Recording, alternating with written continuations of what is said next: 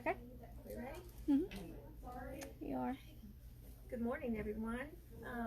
I'm Marilyn Morrison, and I'm going to read a book called Angel Wings. And this is a book that I've written.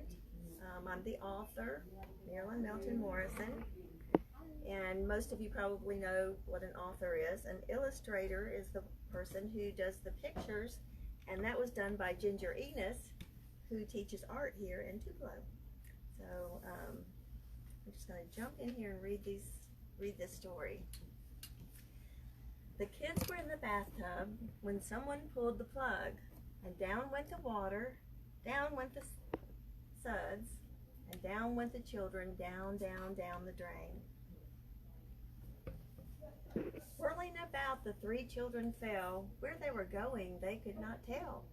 Ella was oldest and was holding the hand of Andrew and David when ahead they saw land. Looking down, Ella saw they were dressed all in white. Even David and Andrew looked clean and looked bright. On their backs were some feathers, kind of like wings. None of them knew how to use those big things. It would be fun to be able to fly. David ran up to a tree and began to climb, tossing apples to Andrew, which he caught just in time.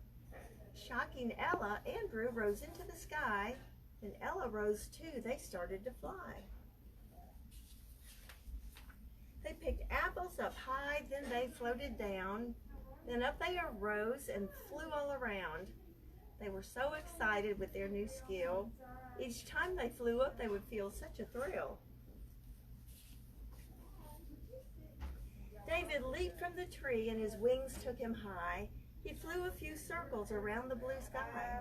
His wings took him up and then he would flip. He twisted and turned and finally dipped. Ella and Andrew watched for a while till Andrew took off to the sky with a smile. Ella flew up and sat in the tree. A bird flew down and sat on her knee. The bird began to sing a song, and Ella also sang along. Andrew and David flew down to the tree. They all joined in, each singing beautifully. With harmony and voices so sweet, they sounded fantastic. It was so neat. As they sang their songs, the magic grew, and all of the animals closer they drew. The rabbits and squirrels were not afraid, and the children were happy that new friends were made. Then Ella heard her mom say, "Wake up!" She was back in the tub with just the rubber duck. Was I asleep? Ella wondered. Was it all a dream? It seemed so real hearing the animals sing. She got ready for bed, but before she could sleep, Ella found a white feather down in her sheets. Was it a dream or was it real? Ella could not decide either. She just smiled and lay down holding on to her feather. And there's a scripture that I use that's one of my very favorites in Psalm 91:4, and it says, "He will cover you with his feathers, and under his wings you will find refuge." And that is the end. But I always thought it would be fun to fly, to be able to fly around and just play in the sky like the birds. And so that's kind of where this book came from.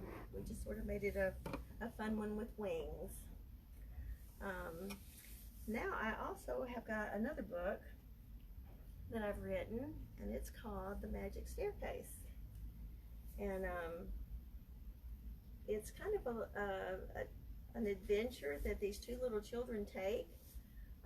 They have decisions to make, whether to do what they want to do or do what they know their mother would want them to do. And it starts here, and this is about Ella and David. Ella loved playing in the sandbox with her brother. They sometimes found pennies that were buried there by their mother. Ella and David searched for buried treasure, and one day they found it, and it was beyond measure. On a warm, sunny day, they were digging in the sand. when a cool wind blew and clouds came rolling in. As they looked up in the sky, they couldn't believe their eyes. A large winding staircase was spiraling down, down, down to their surprise. And that would be a surprise, wouldn't it? To be in your sandbox and all of a sudden a staircase comes. Shocked and alarmed, they jumped hand in hand as the staircase unfolded and touched down in their sand. They turned and looked up at the staircase so high, it went up, up, up, high up in the sky. David watched for a while and said with a smile, "Let's see where this goes." And he jumped on the ladder and up he arose. But Ella was cautious and wanted to wait. But David was already well on his way. As David climbed higher, Ella tried to catch up. "Come down right now," Ella said, climbing as fast as she could climb up. Touching the clouds, David was climbing so fast. Climbing right behind him, Ella was aghast. As they entered the clouds, it was beautiful and bright. Ella looked down and saw nothing but white. She didn't know what to do or how to stop him in time, so higher Ella went, higher she climbed. Ella bumped into her brother. Suddenly he had stopped. David had reached a golden door at the top. So if you were on that staircase and you reached a golden door, would you go in? Well, they were both wondering what was inside. Ella knocked on the door, afraid of what they would find. David quickly knocked also, but harder this time. Ella's heart beat faster as the doorbell chimed. The door began to open, and to their surprise, a beautiful princess led them inside. As they entered the room, they could not believe their eyes. They were surrounded by snacks of every kind and every size. There were shelves of cookies, bags of popcorn, candy bar suckers, bubble gum and sweets. There were Tootsie Rolls and gummy bears, pie and cake too. There was no end to all of the snacks they could view. Now that was a fun room, wasn't it? Ella and David turned slowly and saw candy was everywhere, on every wall. The princess told them to choose snacks to eat. Both kids were excited and both grabbed a treat. They ate popcorn and peanuts and a bag of jelly beans. They ate M&Ms, Tootsie Rolls, and then candy canes. They ate cookies and with it drank a tall glass of milk. "I'm so full," David said. "I feel kind of ill." Ella rubbed her tummy. "I can't eat anymore." She sat down but jumped up when she spotted a green door.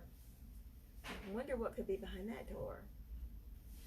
David ran toward the door. The princess opened it wide and couldn't wait to see what was inside.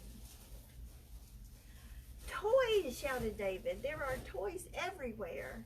As Ella peeked in, she could see a stuffed bear. There were toy trains, whistles, and dolls that could talk. There were airplanes, cars, and big red dump trucks. There were cars you could race and cars you could ride. David jumped into one and began to drive. There were games and Play-Doh. There were marbles and jacks. There were yo-yos and balls and bicycles on racks. Everywhere they looked, they saw shelves of toys. And the princess said, "Feel free to make lots of noise."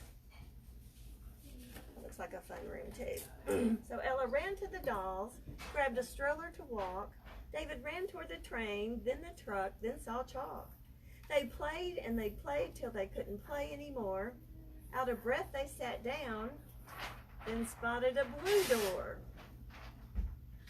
They wondered what wonders could be inside. The princess opened the door really wide.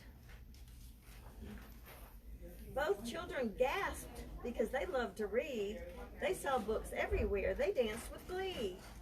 Ella eagerly went through the door, followed closely by her brother. They wanted to see what books they could discover.